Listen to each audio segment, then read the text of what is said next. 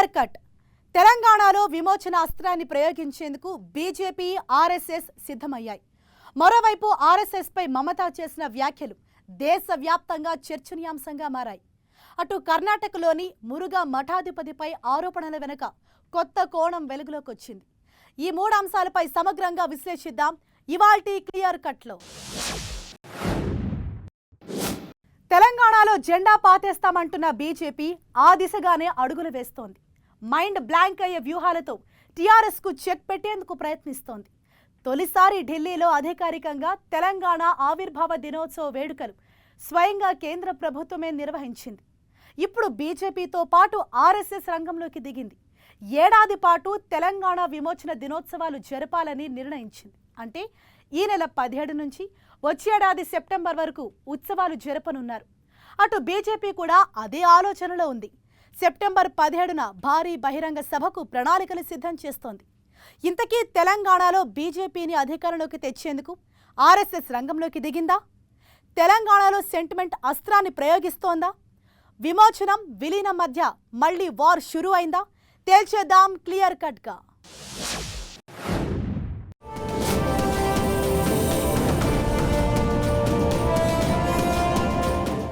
ఎవరైనా కోపంగా కొడతారు, లేదంటే బలంగా కొడతారు. కానీ అదేంటో తెలంగాణ విషయంలో ప్రత్యర్థులను బీజేపీ చాలా శ్రద్ధగా కొడుతోంది. ఏదో ఒక గోడ కడుతున్నట్లు, గులాబీ మొక్కకు అంటు కడుతున్నట్లు జాగ్రత్తగా ఓ పద్ధతి ప్రకారం నరుక్కుంటూ వస్తోంది. తెలంగాణలో జెండా పాతడం ఖాయమని ఏ ముహూర్తాన ప్రధాని మోదీ అన్నారో కానీ ఆ క్షణం నుంచి తెలంగాణలో బీజేపీ మరింత యాక్టివ్ అయ్యింది. ఢిల్లీ డైరెక్షన్లో ఇక్కడి నేతలు దూకుడుగా అడుగులేస్తున్నారు. తమ ప్రధాన ప్రత్యర్థి టీఆర్ఎస్ ను ఇరుకున పెట్టే విధంగా అస్త్రశస్త్రాలు సంధిస్తున్నారు. ఎన్నడూ లేనిది ఆ మధ్య తెలంగాణ రాష్ట్రావతరణ వేడుకలను ఢిల్లీలో అధికారికంగా నిర్వహించారు. ఇప్పుడు తెలంగాణ విమోచన అస్త్రాన్ని బయటకు తీశారు. తెలంగాణలో బీజేపీని అధికారంలో తీసుకురావడమే లక్ష్యంగా ఆర్ఎస్ఎస్ కూడా రంగంలోకి దిగింది. దీంతో తెలంగాణ బీజేపీ నేతలకు డబుల్ జోష్ వచ్చింది.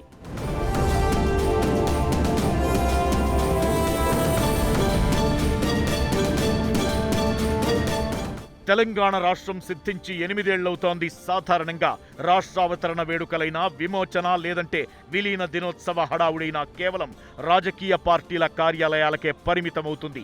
కానీ ఈసారి పరిస్థితి అలా లేదు.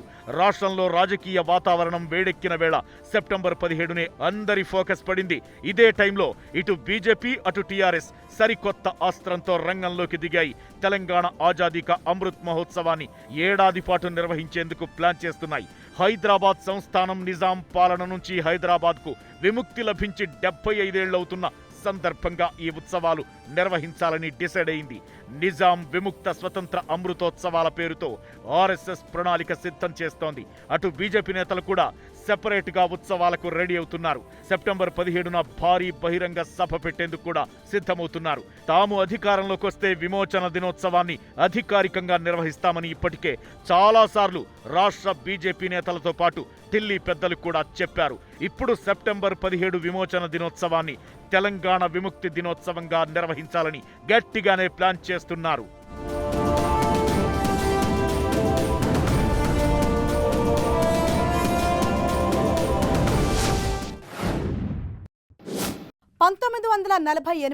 సెప్టెంబర్ 13న భారత సైన్యం ఆపరేషన్ పోలో పేరిట హైదరాబాద్ సంస్థానాన్ని ముట్టడించింది. ఆ తర్వాత సెప్టెంబర్ 17న నిజాం నవాబు లొంగుబాటు ప్రకటన చేశారు. దీన్ని కొందరు విమోచన దినోత్సవం అంటే, మరికొందరు విలీన దినమని పిలుస్తారు. రాజకీయ పార్టీలో దీనిపై మొదటి నుంచి భేదాభిప్రాయాలు ఉన్నాయి. ఇదే ఇప్పుడు బీజేపీకి ఒక అస్త్రంగా మారుతోంది. ఏడాది పాటు విమోచన దినోత్సవాలను ఘనంగా నిర్వహించి సెంటిమెంట్ అస్త్రాన్ని ప్రయోగించాలని చూస్తోంది. టీఆర్ఎస్ను ఇరుకున పెట్టాలని భావిస్తోంది.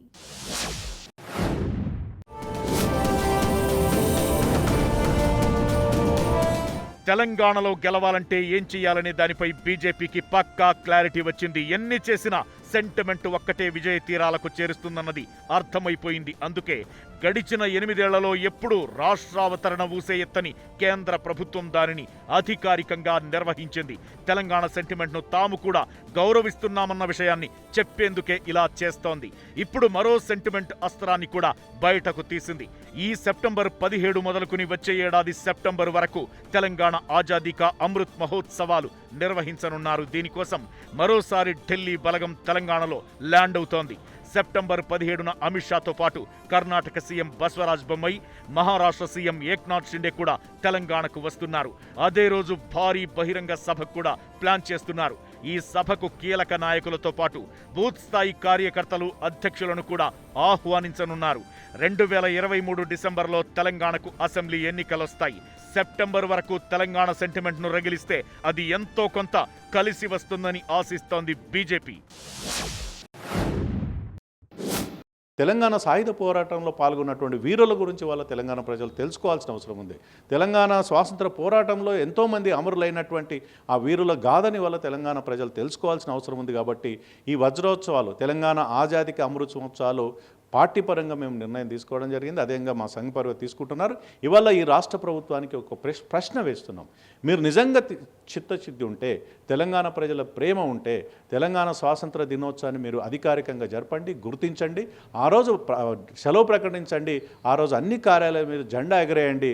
లేకపోతే మీరు కూడా గతంలో ఆంధ్రప్రదేశ్లో ఉన్నటువంటి తెలంగాణ వ్యతిరేకులుగానే వాళ్ళ తెలంగాణ ప్రజలు మేము భావిస్తారు.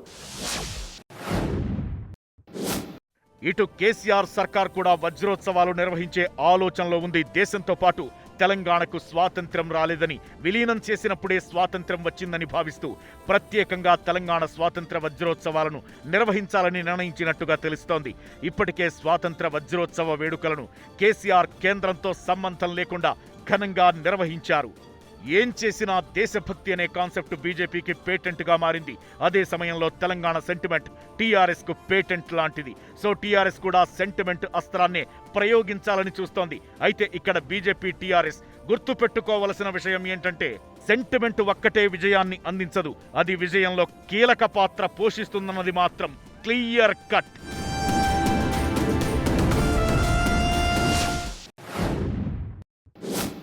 కాషాయం కనిపిస్తేనే కత్తులు దూసే మమతా బెనర్జీ తీరులో మార్పు కనిపిస్తోంది.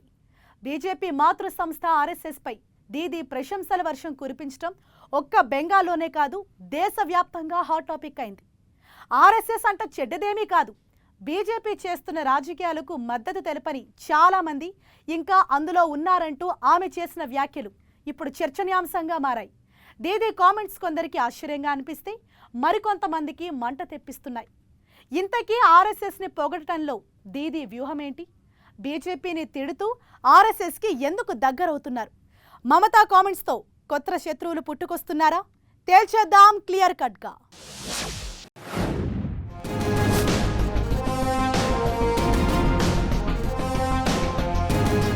వెస్ట్ బెంగాల్ సీఎం మమతా బెనర్జీకి బీజేపీపై ఎంత వ్యతిరేకత ఉందో ఆ పార్టీ మాతృ సంస్థ ఆర్ఎస్ఎస్ పైన అంతే వ్యతిరేకత ఉండేది. అయితే రాజకీయాల్లో శాశ్వత శత్రువులు, శాశ్వత మిత్రులు అంటూ ఎవ్వరూ ఉండరు. అంతా ఎప్పుడో ఒకప్పుడు కలిసిపోవలసిన వాళ్లే, అందరూ ఎప్పుడో ఒకప్పుడు విడిపోవలసిన వాళ్లే. ఇప్పుడు కత్తులు దూసుకున్న వాళ్ళు రేపు కలిసిపోతారు, రేపు కలిసిపోయిన వాళ్ళు ఎల్లుండి వెన్నుపోట్లు పొడుచుకుంటారు. ఇదంతా రాజకీయాల్లో సర్వసాధారణం. ఆర్ఎస్ఎస్ పై మమతా బెనర్జీ సాఫ్ట్ కార్నర్ చూస్తుంటే ఇప్పుడు కూడా అదే జరుగుతున్నట్టు కనిపిస్తోంది. ఎప్పుడూ లేనిది, ఎన్నడూ లేనిది ఆర్ఎస్ఎస్ కు అనుకూలంగా మమత చేసిన వ్యాఖ్యలు అందరినీ ఆశ్చర్యపరుస్తున్నాయి. దేశవ్యాప్తంగా ఇదే ఇప్పుడు హాట్ టాపిక్ గా మారింది. ఊరకనే రారు మహానుభావులు అన్నట్లుగా మమత ముందు వెనక ఆలోచించకుండా ఎలాంటి వ్యాఖ్యలు చెయ్యరు. ఆమె నోటి వెంట ఓ మాట బయటకొచ్చింది అంటే అది ఖచ్చితంగా దాని వెనుక పెద్ద వ్యూహమే ఉంటుంది. దీదీ చేసిన వ్యాఖ్యలు ఆర్ఎస్ఎస్ తో పాటు బీజేపీని కూడా ఆలోచనలో పడేశాయి.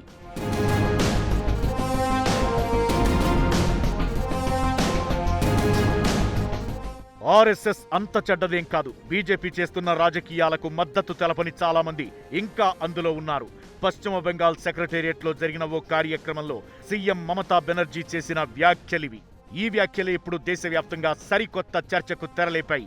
బీజేపీ పేరెత్తితేనే అగ్గి మీద గుగ్గిలమయ్యే మమతా బెనర్జీ ఆ పార్టీ మాతృ సంస్థపై ప్రశంసలు కురిపించడం వెనుక కారణాలేంటనే దానిపైనే లోతైన చర్చ జరుగుతోంది. ఆట మొదలైంది అంటూ బీజేపీతో ఓ ఆట ఆడుకున్న దీదీ ఇప్పుడు ఏకంగా గేమ్నే మార్చేశారా అన్న సందేహాలు కలుగుతున్నాయి. ఈ వ్యాఖ్యలతో ఇన్నాళ్లు ఆమెతో స్నేహంగా ఉన్న పార్టీలు సైతం విమర్శలు గుప్పించడం మొదలుపెట్టాయి. పాత సంగతులు గుర్తు చేసి మరీ ఆమెను దారుణంగా విమర్శిస్తున్నాయి. ఓటు బ్యాంకు రాజకీయాల కోసం మమత ఎటైనా ప్లేటు ఫిరాయిస్తారంటూ గట్టిగానే ఆరోపిస్తున్నాయి.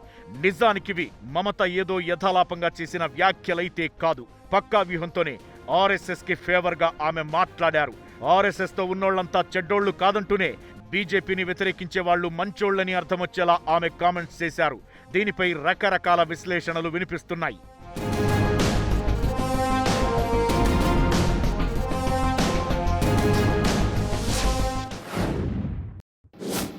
మమతా వ్యాఖ్యలతో కాంగ్రెస్, ఎంఐఎం, వామపక్షాలు తీవ్ర స్థాయిలో మండిపడుతున్నాయి. ఆరోపణలతో ధ్వజమెత్తుతున్నాయి. ఇన్నాళ్లు ఆమెతో స్నేహంగా ఉన్నవాళ్లే ఇప్పుడు దీదీపై నిప్పులు చెరుగుతున్నారు. ఓ రేంజ్లో విమర్శల వర్షం కురిపిస్తున్నారు. ఇదంతా ముందే ఊహించిన మమత సైలెంట్గా అంతా చూస్తున్నారు.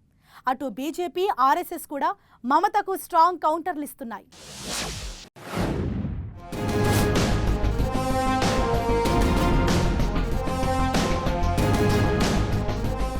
ఇటు ఆర్ఎస్ఎస్ పై సాఫ్ట్ కార్నర్ చూపిస్తూ అటు బీజేపీపై మమత విమర్శల వర్షం కురిపిస్తున్నారు. ఆ మధ్య బీజేపీకి దగ్గరైనట్లుగా సంకేతాలైతే కనిపించాయి. విపక్షాల రాష్ట్రపతి అభ్యర్థి విషయంలో కీలకంగా వ్యవహరించిన మమత ఎప్పుడైతే ఎన్డీఏ ముర్మును తమ అభ్యర్థిగా ప్రకటించిందో అప్పుడే మమత పూర్తిగా మాట మార్చేశారు. ముర్ము ఎంపిక విషయంలో తమతో ముందుగానే సంప్రదించి ఉంటే ఏకాభిప్రాయానికి ప్రయత్నించే వాళ్లమని అన్నారు.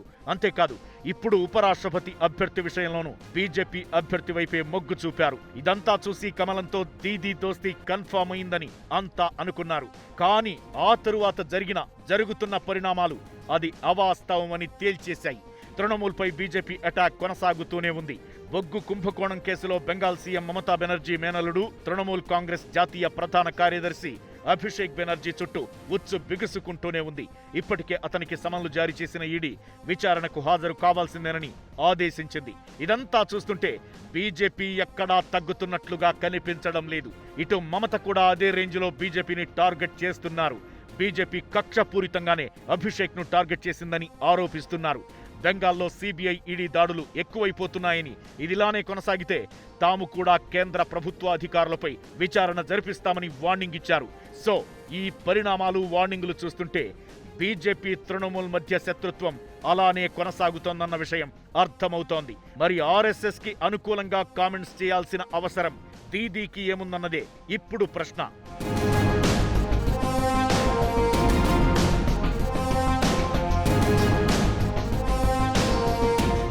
హిందూ ఓటర్లను ఆకట్టుకునేందుకు దీదీ ఆర్ఎస్ఎస్ కి దగ్గరవుతున్నారన్న విశ్లేషణలు వినిపిస్తున్నాయి. వాస్తవానికి ఆర్ఎస్ఎస్ కి రాజకీయాలతో సంబంధం లేదు. అదొక హిందుత్వ సంస్థ అంతే. కానీ తెర వెనుక నుంచే దేశ రాజకీయాలను శాసిస్తోంది. బీజేపీలో కాకలు తీరిన నేతలంతా ఆర్ఎస్ఎస్ నుంచి వచ్చిన వాళ్లే. అందుకే బీజేపీకి మాతృ సంస్థ ఆర్ఎస్ఎస్ అని చెబుతారు. బీజేపీ గాడి తప్పుతుందన్న సంకేతాలు అందే ప్రతిసారి ఆర్ఎస్ఎస్ నుంచి అలర్ట్స్ అందుతాయి. అంతేకాదు పార్టీలోనూ ప్రభుత్వంలోనూ ఎవరు ఏ స్థానంలో ఉండాలన్నది కూడా ఆర్ఎస్ఎస్ నిర్ణయిస్తుందన్న టాక్ కూడా ఒకటుంది. ఇప్పుడు బీజేపీలో కీలకంగా వ్యవహరిస్తున్న వారిని వ్యతిరేకించే వాళ్లు ఆర్ఎస్ఎస్ లో ఉన్నారు. దీన్ని క్యాష్ చేసుకునేందుకు దీదీ కొత్త వ్యూహంతో అడుగులు వేస్తున్నారన్న ప్రచారం జరుగుతోంది. అందుకే బీజేపీ చేస్తున్న రాజకీయాలను వ్యతిరేకించే వాళ్లు ఆర్ఎస్ఎస్ లో ఉన్నారని మమత వ్యాఖ్యానించారు.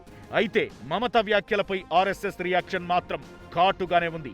ఆర్ఎస్ఎస్ గురించి దీదీ సర్టిఫికెట్ తమకు అవసరం లేదని తెలిపింది. రాష్ట్రంలో ఎన్నికల తరువాత దాదాపు 60 మందికి పైగా హత్యకు గురయ్యారని, రాష్ట్రంలో శాంతి భద్రతలపై దీదీ దృష్టి సారించాలని చొరకలంటించింది. ఎవరు మంచివారో ఎవరు చెడ్డవారో అనే విషయంపై ఆర్ఎస్ఎస్, బీజేపీలు దీదీ నుంచి ధృవీకరణ పొందాల్సిన అవసరం లేదని కమల నేతలు కౌంటర్ ఇచ్చారు.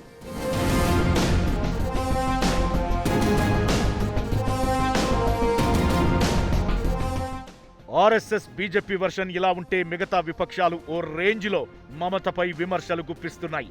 ఆర్ఎస్ఎస్ ను ప్రశంసించడం మమతా బెనర్జీకి ఇది తొలిసారి కాదని, వాజ్పేయి ప్రధానిగా ఉన్న సమయంలో ఎన్డీఏ ప్రభుత్వంతో జత కట్టారని కాంగ్రెస్ నేత అధీర్ రంజన్ చౌదరి విమర్శించారు. కేవలం ఓట్ల కోసం అవసరమైనప్పుడల్లా ఆయా వర్గానికి అనుకూలంగా దీదీ మాట్లాడుతారని ఆరోపించారు. వామపక్ష నేతలైతే మమతను ఆర్ఎస్ఎస్ కి దుర్గా అంటూ విమర్శిస్తున్నారు. ఈ వ్యాఖ్యలతో మమతా బెనర్జీ ఆర్ఎస్ఎస్ తయారు చేసిన వ్యక్తేనని మరోసారి నిరూపితమైందని అంటున్నారు. దీదీ కామెంట్స్ పై ఎంఐఎం చీఫ్ అసదుద్దీన్ కూడా కౌంటర్ ఇచ్చారు. 2003లో మమతా బెనర్జీని ఆర్ఎస్ఎస్ దుర్గాగా అభివర్ణిస్తే అందుకు బదులుగా ఆర్ఎస్ఎస్ ను దేశభక్తులుగా దీదీ కీర్తించారని గుర్తు చేశారు. అయితే దీదీ రాజకీయాలు వ్యూహాలు ఓ పట్టాన ఎవరికి అర్థం కావు. రాసి పెట్టుకోండి. ఓ విషయంలో బీజేపీ ఖచ్చితంగా ఇలానే చేస్తుంది అనుకుంటే అలా చేయదు, అలా చేయదులే అనుకుంటే ఖచ్చితంగా అలానే చేస్తుంది. ఇక్కడంతా ఓ విషయాన్ని గుర్తుపెట్టుకోవాలి. ఏ వ్యాఖ్యల వెనుక ఎలాంటి రాజకీయాలు దాగున్నాయో, ఏ నినాదం వెనుక ఎలాంటి ప్రయోజనాలు దాగున్నాయో, ఏ స్నేహం వెనుక ఎలాంటి వ్యూహం దాగుందో, ఏ అడుగుల వెనుక ఎలాంటి లక్ష్యం దాగుందో తెలియాలంటే ఎన్నికల వరకు వేచి చూడాల్సిందే. ఇది మాత్రం క్లియర్ కట్.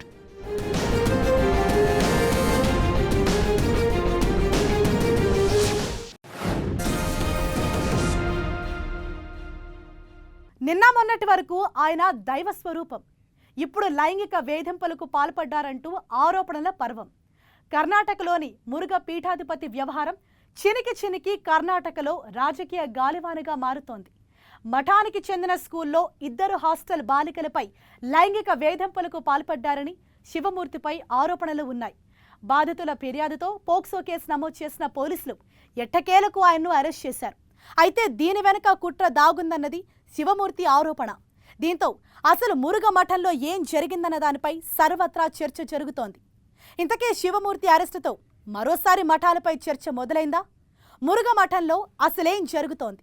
కర్ణాటక రాజకీయ సమీకరణాలను శివమూర్తి అరెస్ట్ మార్చేయబోతోందా? తేల్చేద్దాం క్లియర్ కట్గా.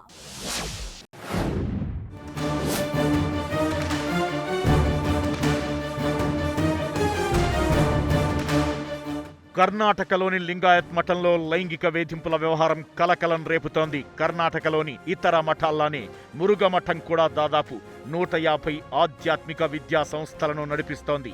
ఈ మఠం ప్రధాన కార్యాలయం చిత్రదుర్గలో ఉంది. ప్రముఖ లింగాయత్ మఠాల్లో ఇది కూడా ఒకటి. దేశంలోని ప్రముఖులు తరచుగా వచ్చే మఠాల్లో ఇది కూడా ఉంది. హోంమంత్రి అమిత్ షా నుంచి కాంగ్రెస్ ఎంపీ రాహుల్ గాంధీ వరకు మురుగ మఠానికి వచ్చిన వారే. నిన్న మొన్నటి వరకు మంచి పేరున్న ఈ మఠం ఇప్పుడు నేరాలకు, లైంగిక ఆరోపణలకు సంబంధించి వార్తల్లో నిలుస్తుండడం భక్తులను కలవరపెడుతోంది.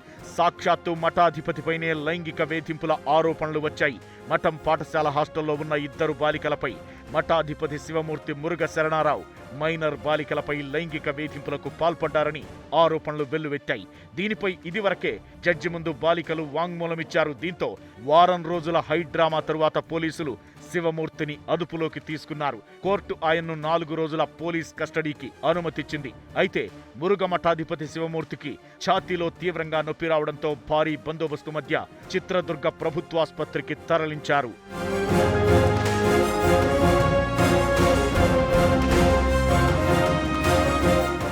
లైంగిక వేధింపుల కేసులో మఠాధిపతి, హాస్టల్ వార్డెన్తో పాటు 5గురిపై పోలీసులు కేసులు నమోదు చేశారు. మఠం నడుపుతున్న పాఠశాలలో చదువుకుంటున్న 15-16 ఏళ్ల వయసున్న 2 మైనర్ బాలికలను 3.5 ఏళ్లకు పైగా లైంగికంగా వేధిస్తున్నారని బాధితులు ఫిర్యాదులో పేర్కొన్నారు.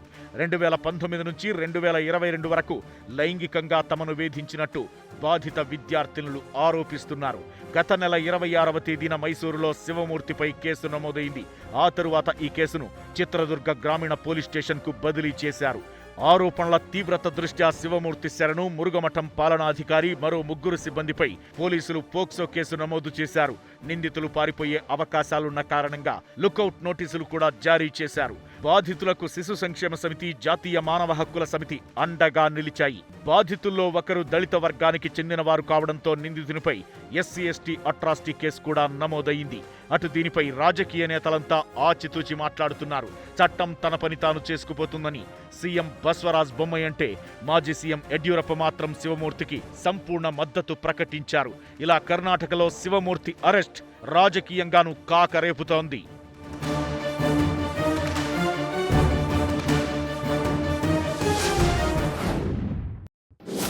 వివాదాలకు మఠాలు వేదికలుగా మారటం కొత్త విషయమేమీ కాదు. అదే సమయంలో ఆధ్యాత్మికతకు ప్రతిరూపాలుగా, మత సంరక్షణకు నిలయాలుగా ఉండే మఠాల్లో ఇలాంటి దారుణాలు జరగటమే అందరినీ ఆందోళనకు గురయ్యేలా చేస్తోంది. తమ ఓటు బ్యాంకు రాజకీయాల కోసం నేతలు కూడా ఈ వ్యవహారంపై పెద్దగా పెదవి విప్పడం లేదు. అయితే శివమూర్తి మాత్రం నాణానికి మరోవైపు ఉన్న కథను చెబుతున్నారు. ఇదే ఇప్పుడు ఇంట్రెస్టింగ్గా మారుతోంది.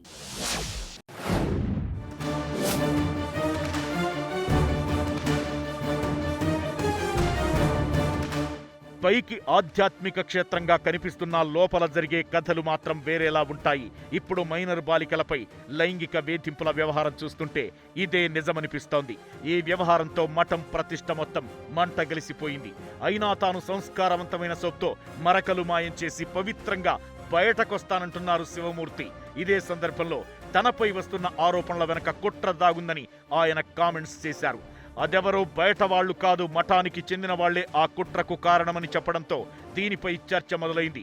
అప్పుడు నాణ్యానికి మరోవైపు ఓ కొత్త కథ, కొత్త కోణం వెలుగులోకి వచ్చింది. ఇప్పుడు లైంగిక వేధింపుల ఆరోపణలు ఎదుర్కొంటున్న శివమూర్తి, మురుగమఠం మాజీ నిర్వాహకుడు ఎస్కే బసవరాజన్ ఒకే గ్రామంలో పుట్టి ఒకే సమయంలో మురుగమఠంలో అడుగుపెట్టిన వీరిద్దరూ జంగమారు వర్గానికి చెందిన లింగాయత్లు. నిజానికి 20 ఏళ్ల క్రితమే బసవరాజన్ మఠ అధిపతి కావాల్సి ఉంది.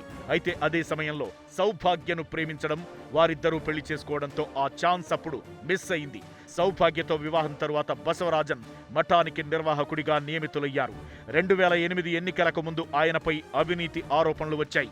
కర్ణాటక ఎమ్మెల్యే, ఎమ్మెల్సీ ఎన్నికలకు బసవరాజన్ మఠం డబ్బును దుర్వినియోగం చేశారని, ఆస్తులను కూడా విక్రయించారని ఆరోపణలు రావడంతో ఆయన్ను మఠం నుంచి తొలగించారు. అయితే 2008 ఎన్నికల్లో జేడీఎస్ టికెట్పై చిత్రదుర్గ నుంచి ఎమ్మెల్యేగా గెలిచిన బసవరాజన్ ఆ తరువాత ఎన్నికల్లో ఓడిపోయారు.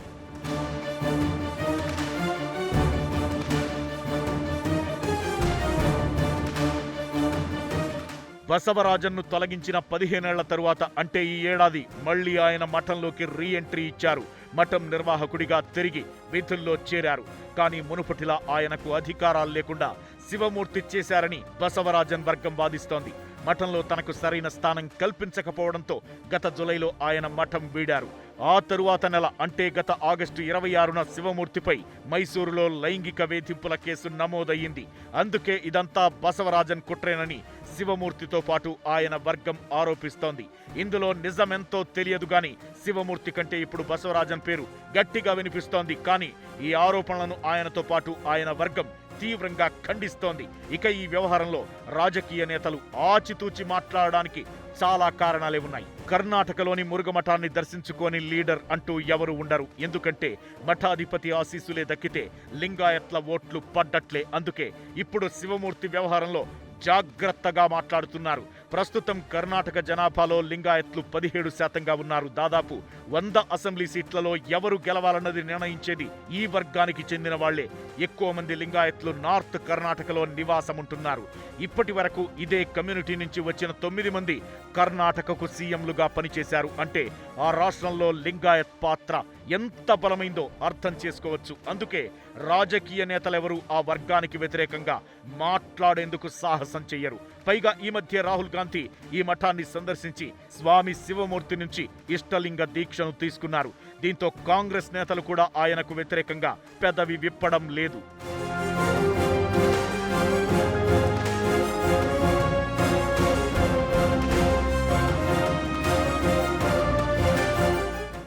ఒకరివి ఓటు బ్యాంకు రాజకీయాలు, మరొకరివి ఆధ్యాత్మిక నిలయాల్లో అపవిత్ర పనులు. లింగాయత్ మఠంలో జరుగుతున్న వ్యవహారాలు, దాని చుట్టూ అల్లుకున్న రాజకీయాలు చూస్తుంటే పరిస్థితి ఇలానే ఉంది. ఒక్క శివమూర్తిపైనే కాదు, బసవరాజన్ పైన ఆరోపణలు తీవ్ర స్థాయిలో ఉన్నాయి. ఇలా ఇద్దరే అన్న లెవెల్లో మొత్తం మఠం పరువును తీసుకెళ్లి జైల్లో పడేశారన్న విమర్శలు వినిపిస్తున్నాయి. మఠాల ముసుగులో దారుణాలకు పాల్పడుతున్న వారిపై సరైన చర్యలు తీసుకోకున్నా ఓటు బ్యాంకు రాజకీయాల పేరుతో నేరస్తులను జోకుతున్నా దేశంలో ఉన్న మఠాలపై కాస్తో కూస్తో ఉన్న నమ్మకం కూడా పోతుంది. ఇది మాత్రం క్లియర్ కట్.